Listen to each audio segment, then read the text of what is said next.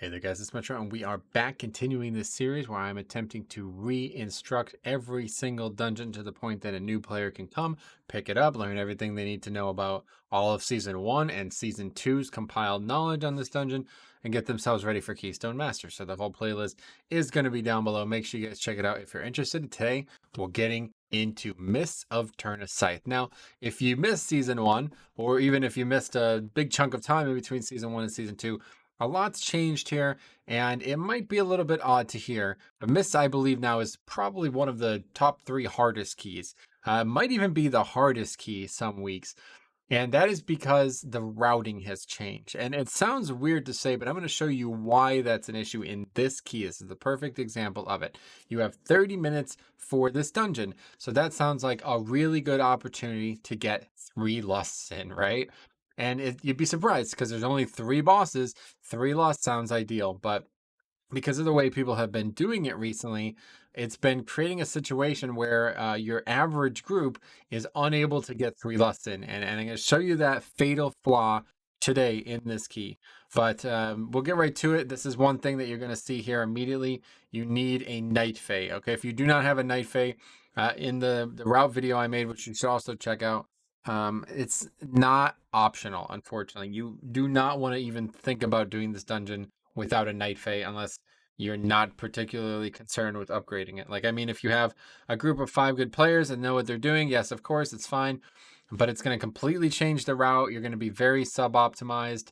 And yeah, to the point where at the beginning, like I did this the other day on just a 15, and this issue I'm describing where you can't get Bloodlust on the first boss soon enough is we even on a 15 we almost had this issue. So I just wanted to point out that this guy asks if we're going to get into Skype for the first poll. We don't need to for this one, so that's funny. But anyway, let's get to it. And we got the sound on. But yeah, so opening the gate here as a Night Fae DK, this is pretty nice. It's like, you know, coincidental. I did not pick Night Fae for that, but I know a lot of people do make their Covenant decisions based on what their group needs. This is the one dungeon you really, really, really don't want to do without any affix. Like the other ones, there's 7 really, you can definitely do without you know, whatever covenant pertains to them. This one, no way, because you really want to skip those opening packs. They really upset the count later. Anyway, so here we go. First pull. Now, these guys are harder than they look. Long story short, they do a lot of damage. I think the main thing here is that they jump to a player. You see them jump to that player there. Now, I'm not exactly sure. People said that you can stop them from doing this, but I just saw it. I mean, immediately they jump to a guy who's in melee range, and then they jump to 2 guys who aren't in melee range. So I'm not exactly sure how you would stop them. I've seen people put like traps and or whatever, like Ursouls or binding shot down, and maybe that helps. I don't know, but in terms of a healing perspective, this is a very complicated pack. It's a very tough pack to start on, to the point where I do think that you might want to consider pulling everything here. These first 2 pulls together, it's not a bad option. And if you're going to lust there, I think it's not a bad idea at all. Fortified week, not a bad idea. The thing is, on bolstering, which is the week I'm recording this, you definitely do not want to do this. I'll explain to you really quickly why if it's not obvious, but yeah, I mean, I guess just try to stun them, and they're just gonna see, like, that's jumping on a dude in melee range. So the only thing it seems like they're doing, especially, is they're putting a bleed up.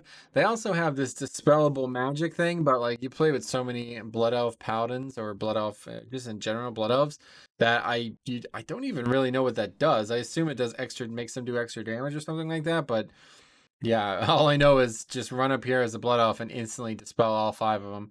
Now, it's funny, you can actually skip one part of this pack. This is me combining 2 packs. In fact, I just want to show that real quick, because it's I used to do it, and now especially it would be a really good idea, I think. But it's not really that easy to do, and people always end up aggroing it. So I used to do it in Season 1 because we literally didn't need the mobs. They were dead count. But as you see, that pack is actually coming over to the second one. So it's like harder to do than it looks. But yeah, if you kind of run around to the right, you can skip that pack and only get these 2, and then they'll stop like right about here, and then they'll go all the way. They go around this circle here, which is not really a good skip to make because you're probably going to aggro, but it's definitely possible. So, but yeah, they put these bleeds out. So I mean, I guess bops or physical immunities are going to help. But okay, so here we go. This is like probably one of the hardest packs in any dungeon, honestly. and I'm going to tell you why. The main thing as the tank is the soul cleavers. These guys do a massive magical dot that it's like not even a dot, it just makes you take more damage. Basically, it does a ton of damage and makes you take more damage. They have nerfed these guys twice already, and they're still very, very, very dangerous. You could argue they nerfed them 3 times recently with the auto attack change too. So one of the more dangerous packs in here. You're going to see these mobs in the next few packs. But the thing on Bullstring that I was going to describe is the Tirna Villager. So that dude has 1.19 million health compared to everything else, 447k. But you don't actually have to kill it. You just need to get it low. I think it's probably like 20 or maybe even 30%. But there you go there. That soul split, you see it puts 2 stacks of a debuff on me. That debuff can be dispelled, and it should be dispelled. If you are a healer, you want to get that thing off the tank as fast as it applies. And I would say that that is a very good way to approach this pack. Just look at that like an interrupt. Like even one auto attack with that on, it's timing out on me. So even one auto attack with that on is going to make me take way more damage. But the thing for Blood DK is it's actually a magic application. So I could just AMS it, okay? If I use AMS as it's happening, they will not put that debuff on me. And that's relatively hard to time, but you can get it down. It's basically like, you know, they don't cast it every, you know, they kind of cast it like every 30 seconds or something like that. So you're never really going to get it like, you know, try to interrupt the spell like where they cast it and then you react to it. You got to do it preemptively. But once you get used to it, pretty easy. So, and now we're coming up to, honestly, a relatively controversial part of the dungeon. To me, I don't ever, like, I'm never going to do anything but skip here. And you don't want to pull this pack. It's got, you know, a bunch of casters again, and it's got one of these bow breaker things or whatever. They're very, very dangerous mob type, and we want to avoid those if we can, especially on Fortified. So there's a couple ways to skip this here, okay? I'm going to go through them right now because I'm not going to do this dungeon without one of these classes. First of all, the reason I do not want to do this dungeon without these classes is because it gives people an excuse to not have a DPS potion for the boss. But actually now, you know what? Actually now with the route being the way it is, you might actually have a DPS potion for the boss. But anyway, regardless, here's how you would handle it, okay? So the easy ways...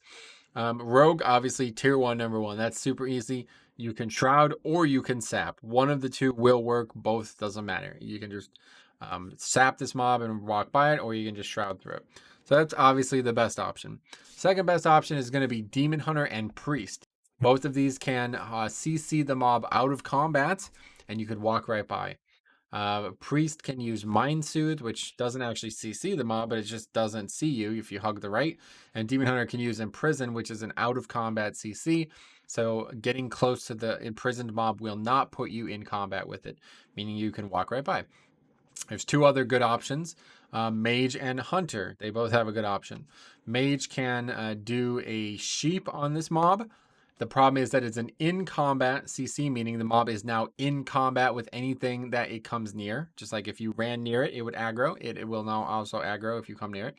But the way you handle this is the person who does it as a mage, they have a weighted drop threat. So they get combat and run through. Everybody runs through after them, and they will not get in combat with the mob. Then the mage invises off the threat, and the mob is no longer in combat with anybody in the group. Hunter does the exact same thing.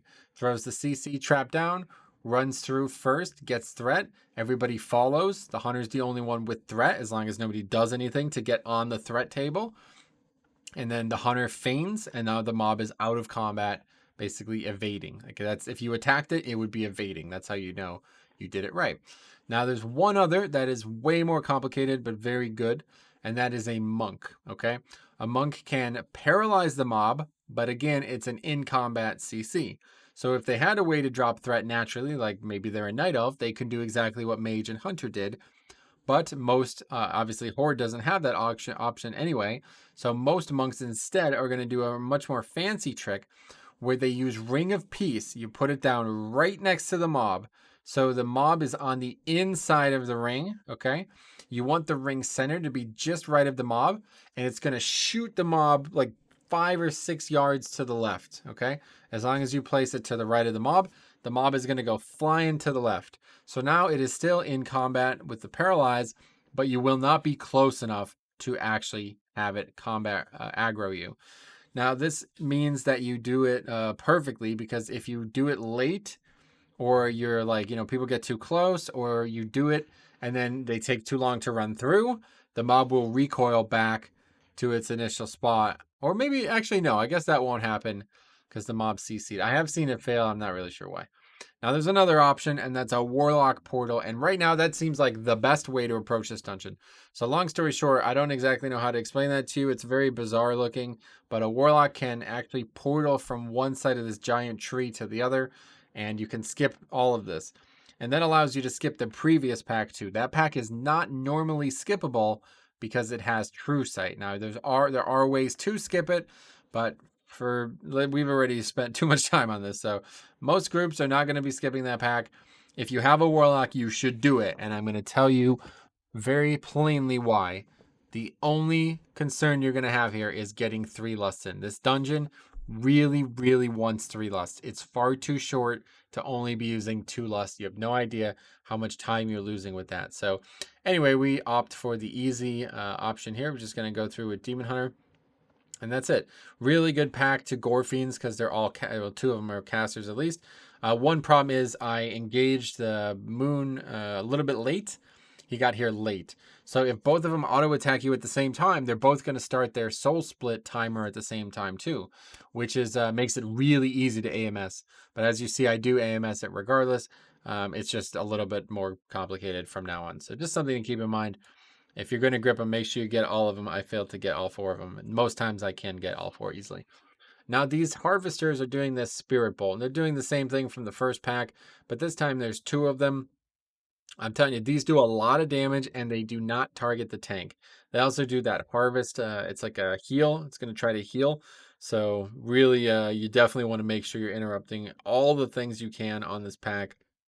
As you see, it healed almost 5% there in the 2 seconds it was going off. So these Spirit Bolts will like come near one-shotting people. I've seen people actually die in this pack very quickly. Raging, I've seen people die on Inspiring because one of the mobs in this pack is always inspired, so you can't interrupt anything. I've also seen with bolstering, these mobs bolster. But typically they have less health, I guess, so they're going to be the quicker kills.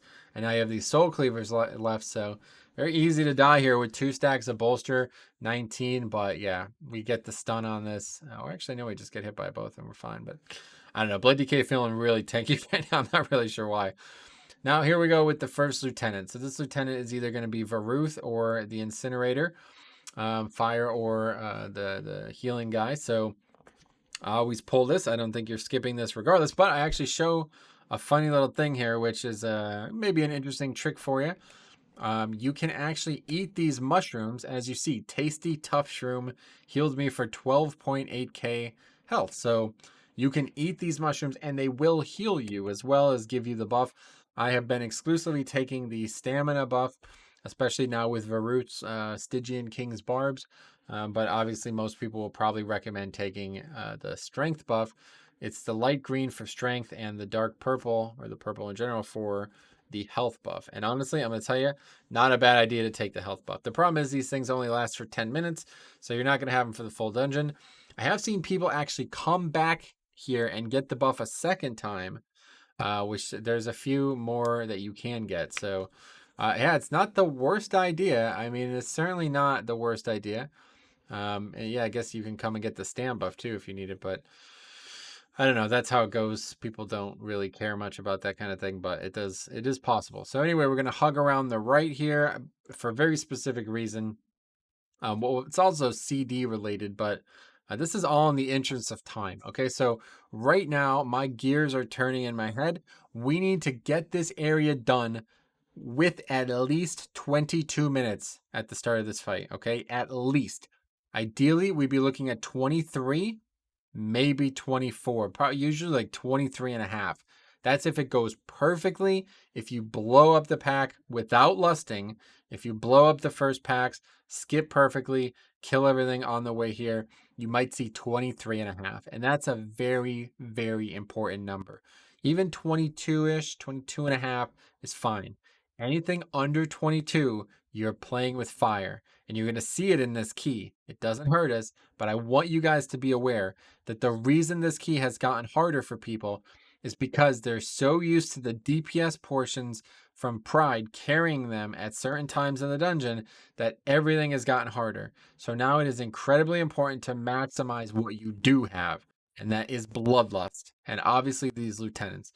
So what we're doing here is I'm pulling these over because as of right now, there is a bug or whatever, of oversight. I don't know how to describe it. I don't think it's changing though, because it's been like this in season 1 too. A hunter or any pet class that has the control of their pet. So that's definitely hunter, obviously warlock. I think unholy DK too. I'm not exactly sure how that works. And I also think frost mage can do it, but nobody ever has the pet, so I've never seen anybody even try. Everybody takes like lonely winter or whatever it's called. So anyway, you can control your pet. You can send it through. You target Varuth. You just go right up to the wall, target Varuth, and send the pet through the wall. He will go and attack Varuth. You have him recall. Varuth comes running through. Either that or the incinerator, one of the two. The good thing is the incinerator's cast. It's going to cast while it's over there. It's going to be line of sight. You will not get hit. So we made a little bit of a mistake here, okay? Major mistake. This should be the key, actually. People in the stream were saying this is the key right here. How does he survive that? I aggro Varuth before we can. This is way too early for this. We are still killing the mob, super dangerous, super low health, and we have this healing reduction. I didn't realize, first of all, that Varuth's healing reduction would immediately apply. I thought he had to be near you for it to apply. That is not the case. So the second I aggro him, we have the healing reduction, and we barely survived this. Like, wow, what a crazy mistake this was. But it's so important, because look at what time it is. It's already in the 22. We are so already behind on this. It's so difficult to get this mark, because if you're under this 22 mark, you will not get 3 lusts. You will get lusts at terrible times. You do not want lust for the last minute of this dungeon. It's too late. You need to burn down that last boss. So you want lust on the pull of that. That means using lust at least at 23 minutes. So you have a little bit of wiggle room for the second boss. So anyway, we are rushing to this 22. It is going to be super close, and we actually do not get a second lust because of that. So I really want... These guys still don't know this, man. We've done this key so many times now, and people still are not clued into this. 22 minutes. Lust. Use the spell. Stop trying to one-phase this fight. You're not ever going to do it. I have not seen a single group one-phase this fight. And in season 1, it was a joke to do. Like, so freaking easy. And I think a lot of that was classes like Bombkin, but it's also because of Pride. Pride plus Bloodlust, you would easily do 70 to 80% of this dude's health in his burst window. Now you barely do 50%. Barely. So I'm like, I'm typing lust, whatever. I guess I could be saying it more emphatically, but the lust window is lost. It's already, we're going to lust super late. And it's, under 22. So you will see why this is an issue. Pay attention to this. Whatever else you learn from this video, learn that you are wasting a bloodlust by waiting 8+ minutes to use it in this dungeon. It's a 30-minute dungeon. You can't do that. You need the lust. It's too important. It's too valuable for all of these bosses, okay? So anyway... this is the trap. Everybody's trying to do this, trying to burst this boss. And to be fair, we do a very good job, but it's a fortified key. We still don't even come close to one-phasing it. I would not even say it's worth trying to kill him on fortified unless he is at 15% or lower at the end of the burst phase. So then you can do that 15%. But the cool thing is about lusting on the pull, you can damage both of them. Like, I don't think people actually know that. I think they literally think you could only damage Ingra Maloch when he has the damage buff. It's like, dude, you can get him down like 15% on the pull. Use all your CDs on the pull. Pop Bloodlust on the pull. Your CDs might even be up again. It's a long fight now. It's not a freaking 1.5 minute fight anymore. This is going to be like a 4-minute fight on Tyrannical Keys. So yeah, you're going to use your CDs twice. Use them on the pull and then again when they're back up. that's how you do a fight, right? But I see we don't even come close to 2-phasing this. Although there's a huge instance of damage there. But yeah, we do 2-phase it. But it's like, God, it's kind of nuts, actually, how long this fight can get. And this is fortified. So please stop falling into this trap. It's a very strange combination of things where people are prioritizing. And so the other way to solve this is just don't pull this third lieutenant through the wall. That added at least a minute to the key. It takes him a while to get there. And if you can't tell, the reason I was making such a big deal about that and why I pulled him so early is because the previous group I was in, the hunter took so long to aggro it. It was like, don't even do it now. Don't even think about doing it now. It takes him like 30 seconds to run through, and that's Varuth. The incinerator takes like almost a minute because it stops to cast a spell. So we don't want that, right? That's going to take a long time. So if you're literally waiting for that mob to come through the gate, yeah, that's a minute lost in this dungeon. Okay, so anyway, if you can't tell, we again did the same strategy. Hunter pet goes through the wall, pulls this pack. A lot of people pull this regardless. I'm perfectly fine with doing this now. In Season 1, I did not think it was worth it because it guaranteed that you would get Pride before the boss, and I did not like that. I did not think we needed Pride for that boss because it has a no damage intermission phase. So you're basically just rushing to that no damage intermission phase instead of having Pride for good mobs downstairs. But anyway, yeah, people dying to these frontals. These frontals are stunnable. Okay, you really want to make sure you're stunning. This is actually a very interesting trash dungeon, and this gauntlet here is the main reason it's interesting. There's a lot of mechanics going on in this dungeon. Now, I just want to say, if you're seeing this maze thing for the first time somehow, I have an entire video on how to do it. Look it up, okay? Maybe I'll put it in the description for you or something. But regardless, I cannot go over that quickly. Download this add-on. This weak aura is insanely good. It's basically like not random. I think people didn't realize that for a very long time. The maze patterns are not actually random. So once you've gone through 2 to 3 doors, you know that it has to be this pattern. So every other door is already determined. That's it. There's nothing. There's like nothing else to guess. There's no more reason to guess. So if you want to do it legit, I have a video on how to figure it out, but I would definitely get this weak ore. It'll be in my UI video, which should also be in the description. But anyway, yeah, just a lot of interrupts. You really need to interrupt the tender. It's going to try to cast a major heal on its targets. It's actually an AoE heal, I believe. So it can be dispelled, though. It's like a massive hot, and it will last a long time. And it's going to heal pretty much to full. You won't out damage it. So make sure you interrupt it, or make sure that you dispel it if it goes off. So again, a problem with inspiring mob that is going to stop it from being interrupted. Then you're just going to have to CC because you cannot afford it to keep healing. But anyway, there's almost always a mini boss. I'm not going to say all. I think there's times when you don't fight a mini boss, but one tip I will give: if you're fighting a frog, you can actually, wow, lightning struck like right.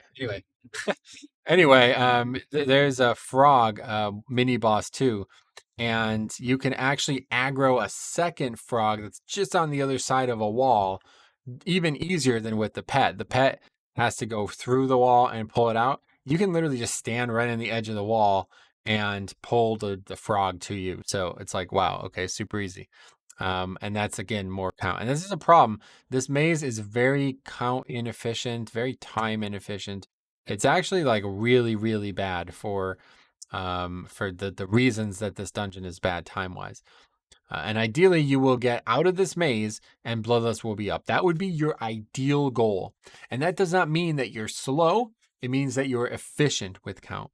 If you spend the entire time with count and you come out of this maze with Bloodlust up, that means you are ahead of the dungeon's timers. And that is a very, very good thing. But it's very difficult to do and almost impossible. You need some shenanigans. So anyway, between the Spear Flurry and this Bucking Rampage, you're going to want to stop a lot of these casts. This little fox also does an incredible damage there called Mistveil Bite.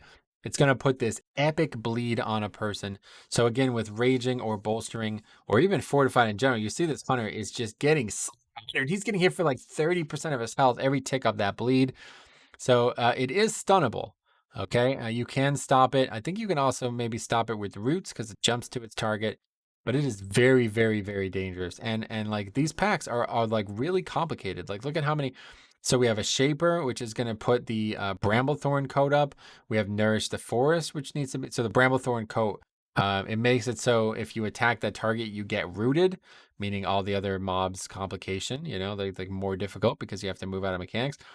And then there's the Fox that's going to bite people. And then there's the Tender that's going to heal people, Nourish the Forest. So it's like a lot of different stuns. The Guardian is going to try to hit you and knock you back with all that stuff. So it's like a lot of different mechanics on this trash.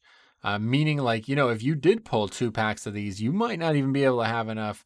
You'd have to play very, very well to survive that. Look at that. Paladin gets almost one shot by that. I mean, what the hell was that? We got to watch that again. Misfail bite on the Paladin. He is at 100% health, down to 21% health. But that was bolstered, I believe. God, does that hit hard, man. I cannot believe how hard that hits. So yeah, you're definitely going to want to be really, really careful with this trash. But no agency here. You have no control out of this. There's no way to force the maze. There are ways to pull things through the maze walls, like we were saying, but no matter what, you're going to come out of here with awkward count. 57 right now is very bad. This is actually horrible. And as you see why 3 minutes on lust. Like if we can just fight another 3 minutes of trash, that's the best possible outcome. Because then we could skip stuff at the end and we'd have lust for this boss. But you're going to see we are not going to have a second lust in this dungeon, or we're going to miss our second lust, meaning we're only going to have 2 total. And it's because we, 1, got unlucky with the maze, but 2, used lust improperly at the start. And I've seen so many keys 30 seconds or less depleted, and that is because of lust. Like literally, if you miss a key by 30 seconds and you only lusted 2 out of 3 possible times, potentially, you could actually theoretically lust 4 times in this dungeon. It's never going to be valuable, but yeah, it's not good. I'm down here right now. Very, very bad. So anyway, okay, so the maze is the exact same. Again, if you haven't seen that video, you're just looking for the one thing that's unlike the others. Now, this boss has a very unique tank mechanic, and it's a cool fight because of that. You have to be the one to interrupt Patty Cake. The only person who can interrupt Patty Cake is the target of the Patty Cake. I've actually seen things that aren't me tank, and I can't interrupt it. I thought it was always just a tank can interrupt it, but no, it's the actual target of Patty Cake. And if you're unaware of what Patty Cake does, it kills you. It does a ton of damage. It's actually a magic damage, probably nature, and it also disorients you. So if for some reason you don't have your interrupt, you're going to die, and the rest of the group is probably going to die if you don't, because then they'll have threat and you'll be disoriented.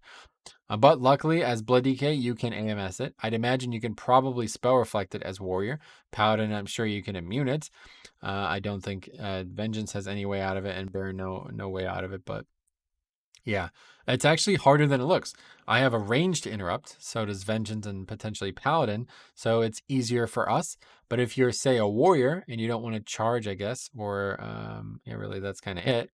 Yeah, you're going to have to actually be very, very ready to interrupt that, because it's almost always going to go out in that phase there while we're doing the actual maze portion of this fight.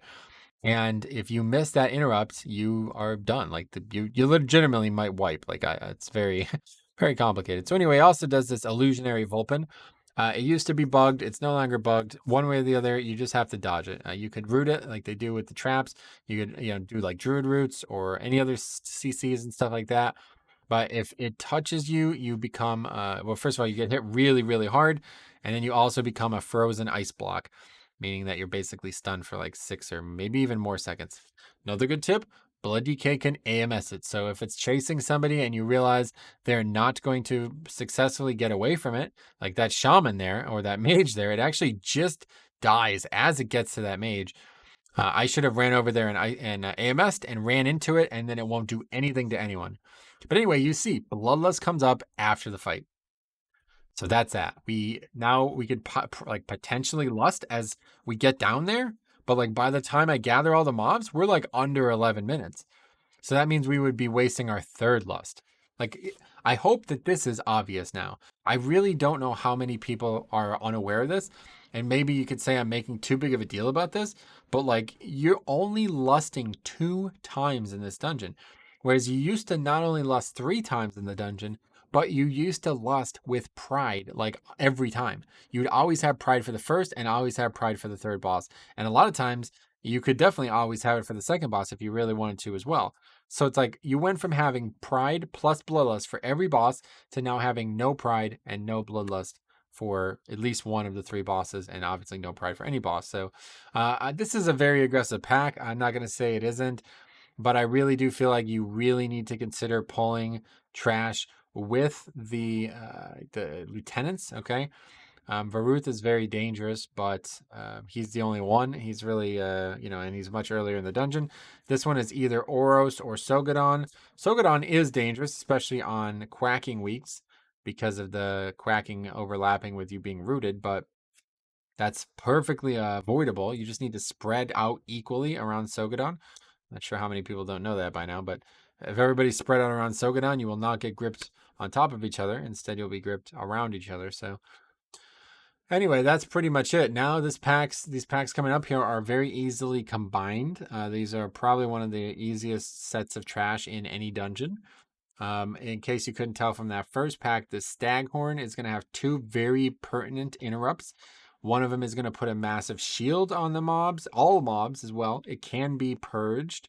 So again, if you fail to get stimulate resistance there, and it puts the shield on all the mobs, you can just blood elf it off again.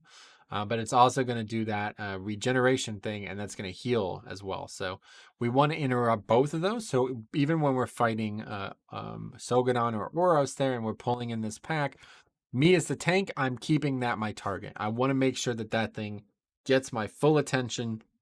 Sogadon doesn't do anything that I need to worry about in terms of targeting. So I want to make sure I'm always ready to interrupt that. And yeah, even a single cast going off can be absolutely detrimental. Now, the other mobs with them are going to do that green swirl that you just saw. That green swirl is going to do a fair amount of nature damage, and it's also going to knock you back really far, acid globule. So if you stun that mob, you can prevent that cast from going off.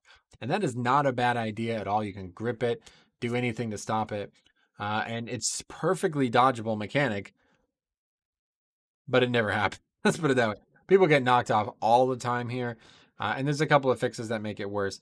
But I do also say about those bugs that we fought, those bugs are actually extremely dangerous. They put a massive poison on their target, not just on the tank, on their target, and they're going to charge to a target and put that poison on people. So if you do not have a poison dispel, that could be one of the harder packs in here, and it can be very dangerous. I've seen that poison just straight up kill people. Those small green circles, they do almost nothing. So that's a mechanic that you can sleep on, but you cannot. So you see that hunter, if he stood in that, not only would he probably die from the damage, but he would definitely die from getting knocked off the platform. And that happens all the time in these small areas. I've seen a lot of people get knocked off. Now, this is a pack that I would say you pretty much always want to multi-pull. Little unfortunate. I don't know where the mobs are going, but they definitely complicate things. So as a tank, you definitely want to be using CDs on that first big pack that you do down here, and then making sure you have them up for this big pack. Because this is just kind of, you really want to do this for a few reasons. One, because you need the count, you have to pull both. Two, because that second pack is quite small compared to every other pack in here, so it's pretty inefficient. Kind of just like that first pack that we pull with Sogadon, pretty small as well, so we don't want to be fighting small packs on their own. But yeah, the big thing is just being efficient here and getting CDs on cooldown, because if you do what I've done with this route, you're always going to need another pack before the boss. So you do not want to go, you don't want to go boss next, right? Now, we talked about this in the route video. People are going to try to get you to want to go boss next. Don't do it unless you definitely have lust up, or like major CDs and lust, some combination of good offense. So consider doing it, which you shouldn't if people actually do damage properly here. Or you are at a very awkward count threshold where no matter what else you pull, you will go over count in the dungeon. And the reason that you would do that is because going over the count after the timer is over is impossible. If you kill, or after the bosses are dead, after the bosses are dead is impossible. So if we had 99% count here, which I've seen happen, you would then come to this pack afterwards, because as soon as enough trash died to give you 1%, the dungeon ends. Instead of us going at 103% count, it would still be 100% count. So just a couple tips there. But yeah, oftentimes this is what you're going to see. You're going to come down with 57% from Mistcaller. Then you will need this pack and one more still, and that is perfectly fine. You want to start the last boss at about the 3-minute mark. That's like, okay, we're on good pace. If you're ahead of that and you have all the trash count, you're crushed the key. If you're under that, you're in trouble. Basically, you want to see that lust come up as you start the boss. And that means you did it well early, you did it well in the middle, and you did it well at the end. If you're pulling the boss at different times and lust is either not up or has been up too often, like it has been here, you mess something up. And I'm telling you, it sounds dumb. You're probably thinking I'm talking about this too much, but no. This is a very, very, very tight key now. And especially on some affixes, there's not much you can do other than just keep going straight, kill the maze. You have to do good damage, meaning you have to maximize your bloodlust. Okay. But anyway, it's the same mobs, the exact same mobs. Every single pack here is the exact same mobs. Interrupts, 2 interrupts on the Staghorn, either stun or just move out of the mechanic from the acid gullet. Don't get knocked off the platform. Don't be cop. I mean, you know what I mean? So anyway, that's fine. We're good. We have exactly 100% count going there. Oh, there's one more mob still alive. Yep. Exactly 100% count. Wait for it. There we go. I was a little worried there. Exactly 100% count. And it's time for the boss. Now, this boss is a pain in the ass to heal, but I think it's probably one of the easiest bosses to do the other 2 rolls on. And I'm going to give you a tip. This sounds, again, maybe kind of stupid, but I'm going to give you this tip right now. You see this mechanic? I'm standing in it on purpose. It's like a smart mechanic. The boss knows when you move out of it. So it's always going to try to catch you, okay? And this sounds dumb. Like, why would I stand in a mechanic? And I'm not advocating for a DPS to do this, but as a tank, I think you should do what I'm doing here on fortified weeks especially. What happens is it can hit anyone. So if I'm standing on top of the paladins, I can get hit by the paladins, okay? So that first one that comes out is just directly underneath you. Then you move from the first one. So it comes out and I move to the right, okay? Well, then the second one comes out and that one's now aimed at where I was and it's going to follow the same trajectory I took. So that means like if I move 20 feet over the course of 3 seconds, it's going to shoot out 20 feet over the course of 3 seconds to try to get to where I was. Meaning you have to move differently every time, otherwise you will get hit. The boss is trying to find you and hit you, okay? Very interesting mechanic, but the problem is when you have multiple melee and they're all moving different directions, it's like impossible to stay in melee range without getting hit. Or what also happens is you see people like freaking take a warlock portal halfway across the zone and then the thing goes flying. It's hilarious looking, honestly, but that makes it very difficult to dodge. So what I'm doing here is taking the mechanic out of the game for the other players. I'm not doing it for me. I don't care about this. I can get hit by this all the time and not really be in any danger. But if a paladin gets hit by this, he's going to die. And then you're probably going to wipe if you don't have a battle res, So I'm going to get hit by 3 of them. And then there's going to be 3 precise points. She's going to throw all 3 stacks. So it's like she throws another stack. I guess it's very hard to display to describe this mechanic. But yeah, every time it comes out, it throws another stack. So eventually there's going to be like 5 points that it's going to be thrown at, and you'll have to dodge all 5 of them.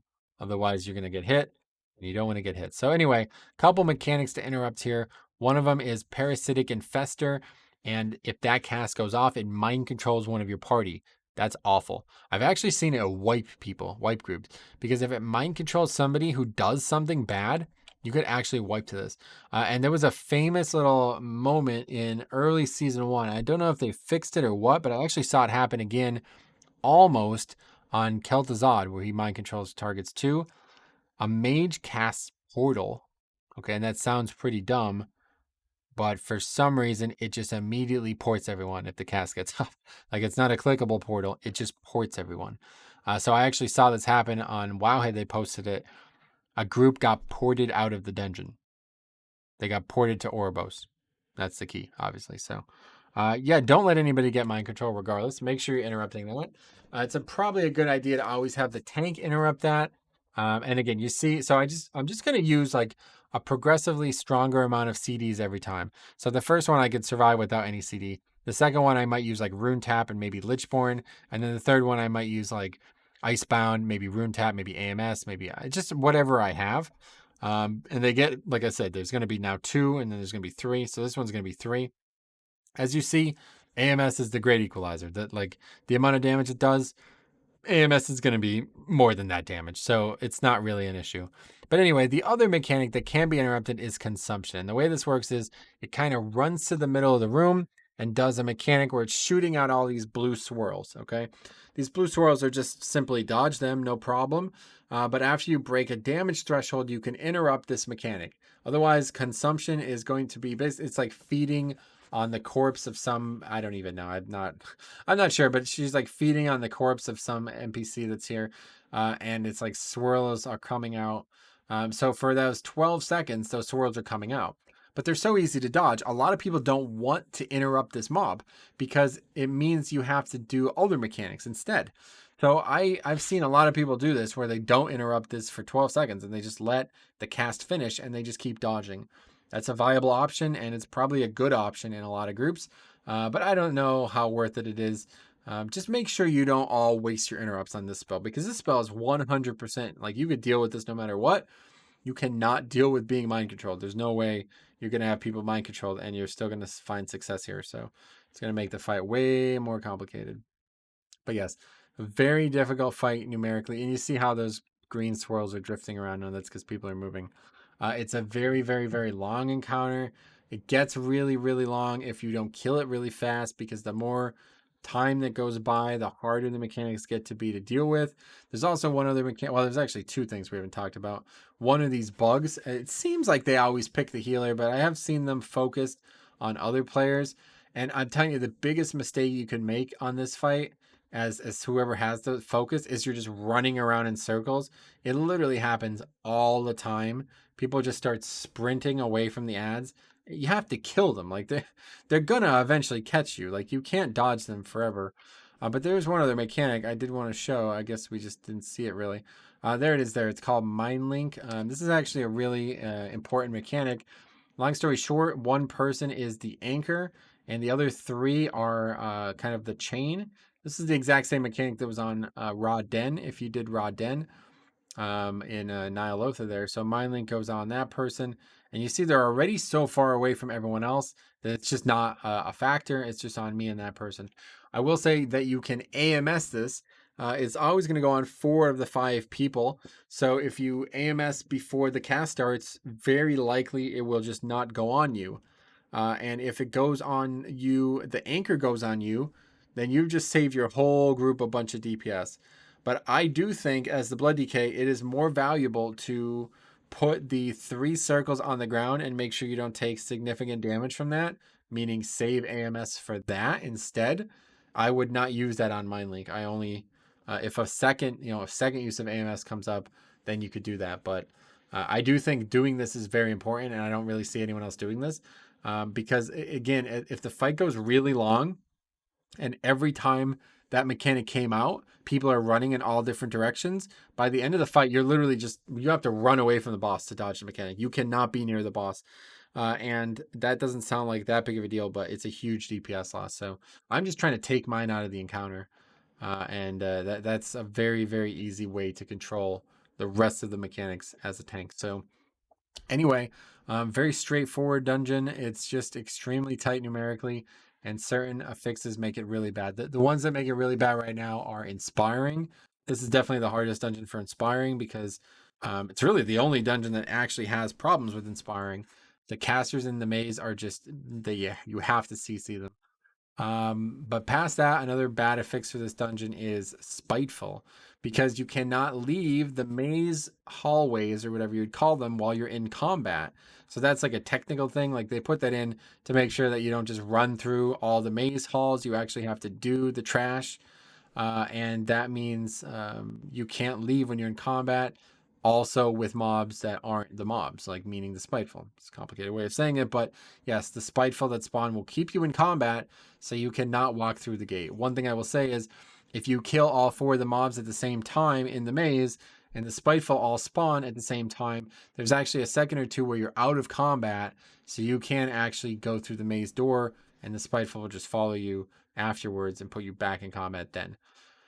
So anyway, a lot going on. A lot of weird tricks here with like pulling mobs through the wall. A lot of very odd stuff that I just don't believe should be in the game, but it still is after years, basically after a full year. So I guess it's not changing. The maze and Mistcaller is a huge pain. Really slows down the key. So definitely recommend getting that weak ore. Definitely recommend mastering that. You don't. Oh, by the way, if you ever fail to go to the wrong door in the maze, it sends you all the way back to the start and does like a ton of damage. And if you fail it on Mistcaller, it does a mad amount of damage, and you still have to kill the right one to advance the phase. So that's everything. I hope this helped. It's a very it's a gettable key if you do the right things well. And again, you really want to make sure that you have this bloodlust here. Again, you'll see it. I just want to show it one more time. You're gonna see, how tight this is. We do make a huge mistake pulling Varuth, and probably, like I said, if you want to solve this entirely, and you don't just want to skip with the Warlock, so you could try to pull off some insanely fancy skip out of the start, or you can just take a Warlock and skip the pack, the Tiernan Villager pack. Then you're good no matter what. If you don't do either of those things, the easy way to do it is just not pull Varuth, or just freaking lust on the start of the boss. I don't know why people are so hesitant to do it. Like, I think like people literally think, oh, we're going to lust and one phase this. Dude, it's never going to happen. I've never done this where we one phase it. Not once. I've done this dungeon. I mean, you could check my spreadsheet. It's got to be at least 15 times, I'm sure. Not even close. We've never even come close to one phasing it. It's never, like, the lowest I've seen is like 40, maybe like 35%. That's not enough. You need at least 15%, maybe 20. Maybe you can pull it off with 20, but realistically, he's going to go immune. If you aren't aware of this, he does two mechanics: Repulsive Visage, this is a fear, and Embrace Darkness. If Embrace Darkness cast completes, he now takes like 95% less damage or something like that. You're not killing him with that up. Oh, wait, you could, but he has to be super, super low. So you don't even want to risk it, because then he's basically immune and the Droman is full health, right? Just lust and use your CDs on the pull. You can literally get the boss down 15% while you're cleaving off the Droman. It's not a problem. So thank you for watching. Hope this helps people start doing Mist better, because honestly, it's really not that hard of a key, but a couple of changes that came with Season 2 are actually making it way harder than Season 1.